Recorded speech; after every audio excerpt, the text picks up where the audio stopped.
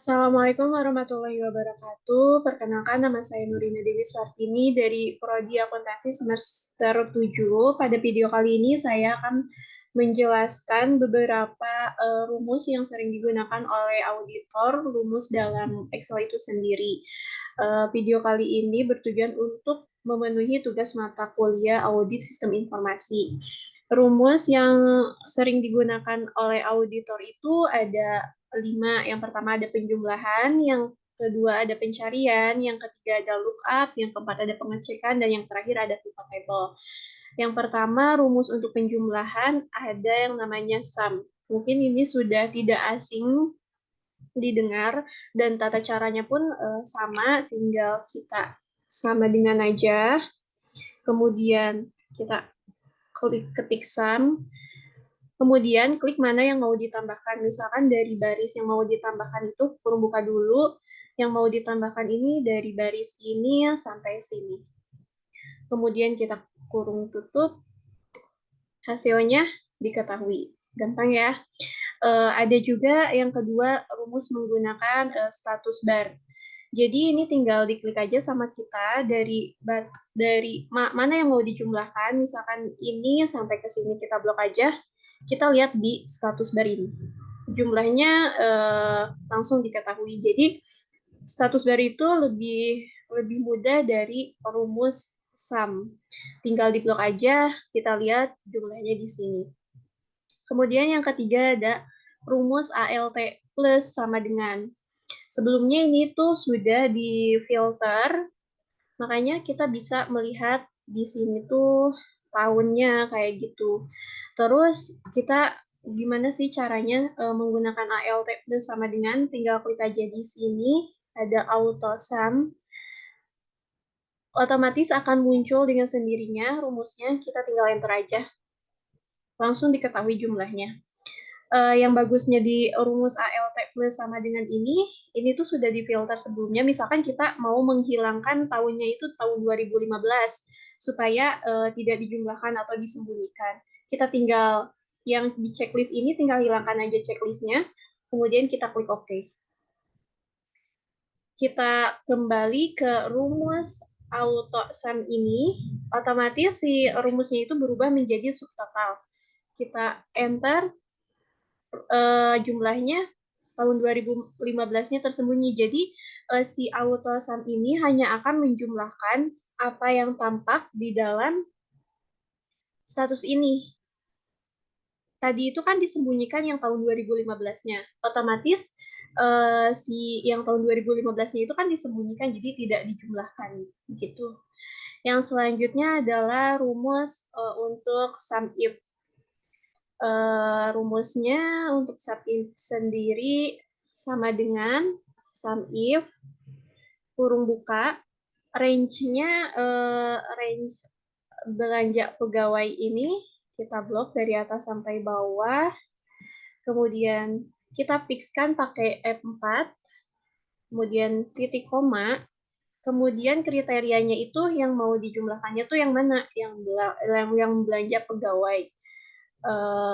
Kemudian titik koma lagi, sum range-nya itu nominal yang akan dijumlahkan. Klik dari atas sampai bawah, kemudian kita fixkan lagi pakai F4, kurung tutup, jumlahnya langsung diketahui. Kita langsung tarik aja ke bawah. Begitu untuk rumus sum ifs. Selanjutnya untuk menjumlahkan dua kategori nih. Kita hapus dulu ya yang ini. Sebelumnya saya sudah mencoba menjumlahkannya. Dalam video kali ini saya akan memaparkan rumusnya. Sum ifs itu sendiri hampir sama dengan sum if sebelumnya, namun dalam sum ifs itu ada dua kategori yang mau kita masukkan. Rumusnya sedikit berbeda sama dengan sum ifs pakai S, sum ifs-nya, kurung buka, rumusnya sedikit berbeda. Yang pertama kita masukin sum range-nya yang mau dijumlahkan. Sum range dari atas sampai bawah, kemudian kita sama dengan sum ifs, kemudian kita fixkan pakai F4, titik koma, kemudian ke kriteria range-nya. kriteria range yang pertama itu langsung ke sini. Kita fixkan juga pakai F4. Sorry. Kita fixkan pakai F4. Kemudian kriteria yang pertamanya itu kriterianya belanja pegawai. Kemudian kita memasukkan kriteria range yang keduanya itu kan kita mau memasukkan tahun. Berarti yang ini. Kita masukkan, kemudian fixkan lagi pakai F4. Kemudian kriteria yang keduanya itu yang tahun ini. Kita tutup pakai kurung tutup.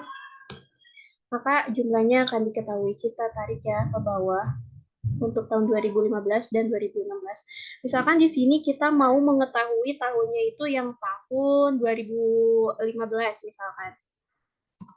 Otomatis akan berubah dengan sendirinya.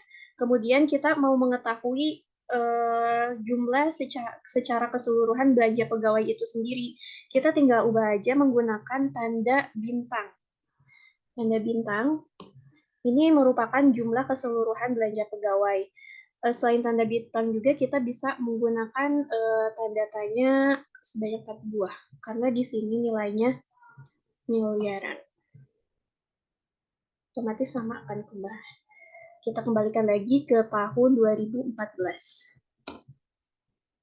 Nah, mungkin itu beberapa rumus penjumlahan yang sering digunakan oleh auditor. Yang kedua yaitu kita masuk ke rumus pencarian. Yang pertama ada rumus pencarian itu kita klik CTRLF. Di sini kita klik option. Nah, di sini ada match case dan ada match entire cell contents. Match case ini sendiri, kalau di checklist itu misalkan kita mau mencari abjad huruf pegawai, tapi hurufnya itu harus sama sesuai dengan yang ada di tabel di sini. Misalkan ketika kita mencari pegawai, tapi kita tidak mengklik match case, ketika kita find all, akan ketemu banyak di mana saja belanja pegawai itu ada hurufnya. Tetapi jika kita klik match case ini, ketika kita mencari find all, tidak akan ketemu karena pegawai di sini P-nya itu memakai P besar, bukan P kecil. Jadi abjadnya harus sesuai. Mau huruf besar, mau huruf kecil, itu akan berpengaruh ketika kita menceklis match case ini. Coba kita pakai huruf gede ya. Nah, otomatis kan muncul di sini di mana saja ada belanja pegawai itu. Namun ketika kita tidak menceklis ini, mau kita pakai huruf besar ataupun huruf kecil, otomatis akan diketahui ya. Nah, untuk match entire sales contents ini sendiri, ini tuh jadi si misalkan kita mau mencari 2014. Kita find next untuk langsung menuju lokasi, langsung ada di sini kan. Tapi ketika kita sudah misalkan ngehapus tahunnya itu, kita mau mencari nomornya itu 201. Coba ya di find all. Tidak muncul karena kita tadi sudah mengklik yang namanya match entire cell contents. Jadi si angkanya itu harus sama. 201 itu tidak akan diketahui ketika kita menceklis match entire cell contents karena di sini tidak ada angka yang 201 tetapi di depannya saja 201. Tetapi kita coba tidak menceklis match entire cell contents, kita coba find all ya, akan ditemukan banyak yang angkanya itu ada 201-nya, karena depannya itu rata-rata di sini 201. Itu mengenai match case dan match entire cell contents. Kemudian di within-nya itu ada sheet dan workbook. Terus di search-nya juga ada by rows dan by column. Terus di login-nya itu ada formula kegunaan, formula, values, dan comments. Ketika kita misalkan di sini di mana sih letaknya ada kita menjumlahkan sum, kita langsung find next. ada langsung. Tetapi ketika kita di login-nya formula tetapi memasukkan nilai 992,90 misalkan, tidak akan ketemu karena di sininya formula, sedangkan angka itu value. Jadi tidak akan ketemu, harus diubah dulu ke value. Baru kita akan menemukan value itu angkanya. Formulanya itu untuk rumusnya sendiri. Untuk rumus pencarian selanjutnya itu filter. Di sini sudah diklik filternya, jadi sebelumnya ini tuh belum diklik filternya. Kita tinggal ini aja, blok aja semuanya, langsung ke sort and filter di sini. Ketika kita mau filter, klik ini aja. Ini udah di filter kebetulan tadi. Nah, kita filter. Misalkan kita mau mencari yang nilainya itu 661, filternya itu 661. Kita tinggal okein aja, muncul. Misalkan kita mau menambah lagi yang nilainya itu 766. Klik tambah, add current selection to filter, kemudian kita klik OK. Otomatis akan muncul seperti ini. Begitu untuk rumus pencarian. Yang selanjutnya adalah yang sering digunakan itu lookup. Yang sering digunakan itu di dalam lookup itu ada yang namanya VLOOKUP. Rumusnya sendiri sama dengan VLOOKUP, kemudian kurung buka, lookup value-nya tuh yang tahun 2014. Tabel array-nya itu yang di bawah sini. Kita klik semuanya. Kita fixkan pakai F4. Kemudian call index number-nya itu tadi kan di sini ada dua tabel ya. Tabel array-array-nya ada dua. Kita masukin dua. Kemudian untuk exact match-nya kita 0.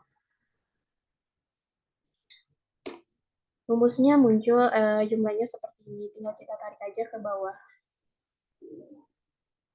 Itu untuk rumus VLOOKUP. Yang selanjutnya ada rumus HLOOKUP.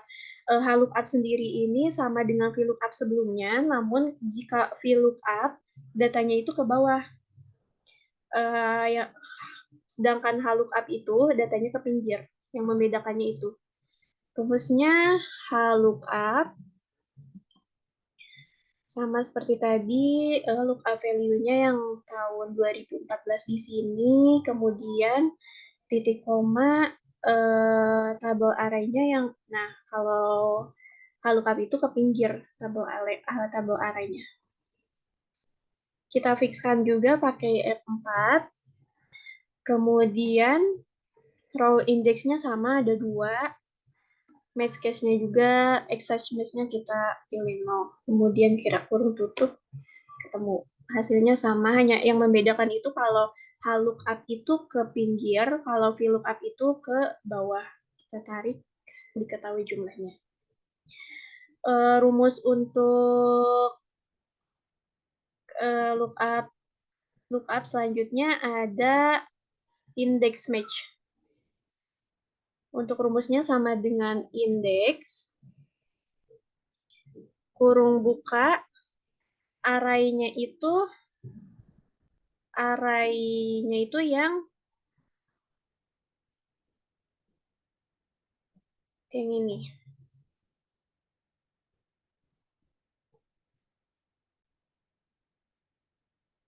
Untuk rumus indeks sendiri di sini sama dengan indeks, terus kemudian array-nya tuh mana yang mau dijumlahkan, ini yang mau dijumlahkan.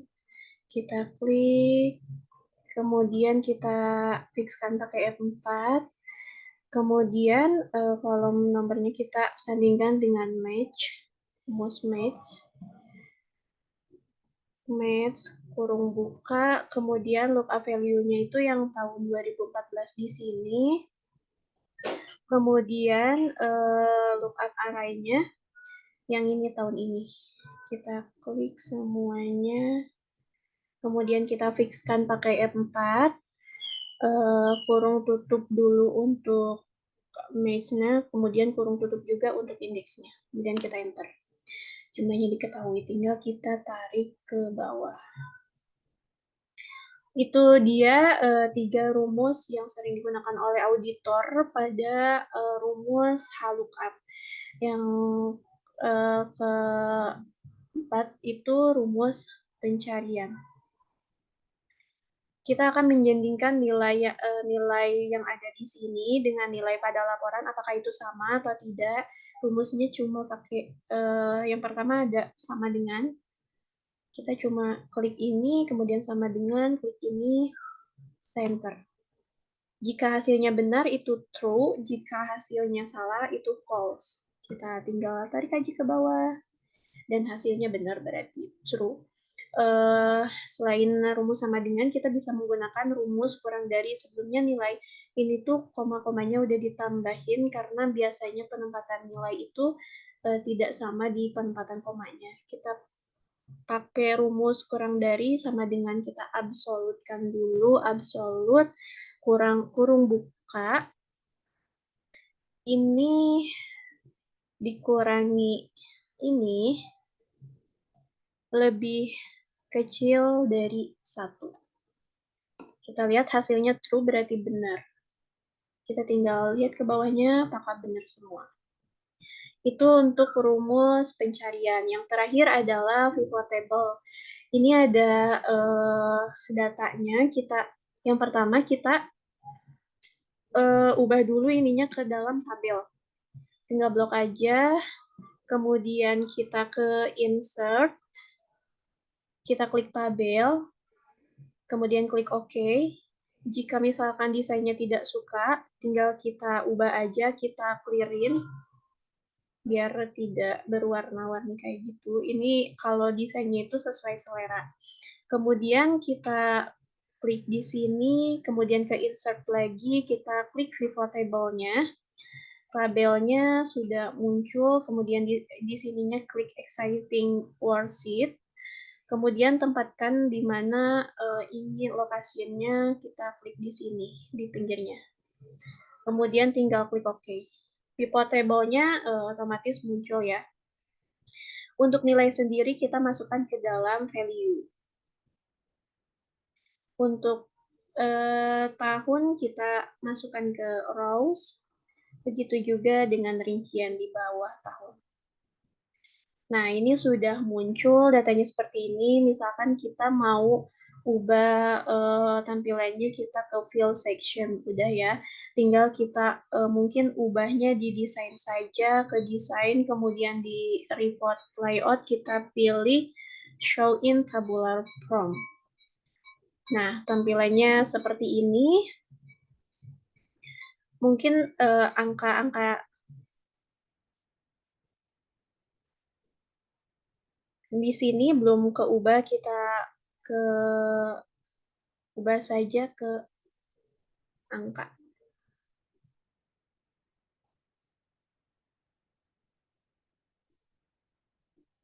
Klik home, kita bisa ubah di sini number. Nah, ini pivot table-nya sudah terbentuk. Itulah beberapa rumus yang sering digunakan oleh auditor dalam rumus Excel itu sendiri. Terima kasih. Mohon maaf apabila banyak kesalahan di video kali ini. Wassalamualaikum warahmatullahi wabarakatuh.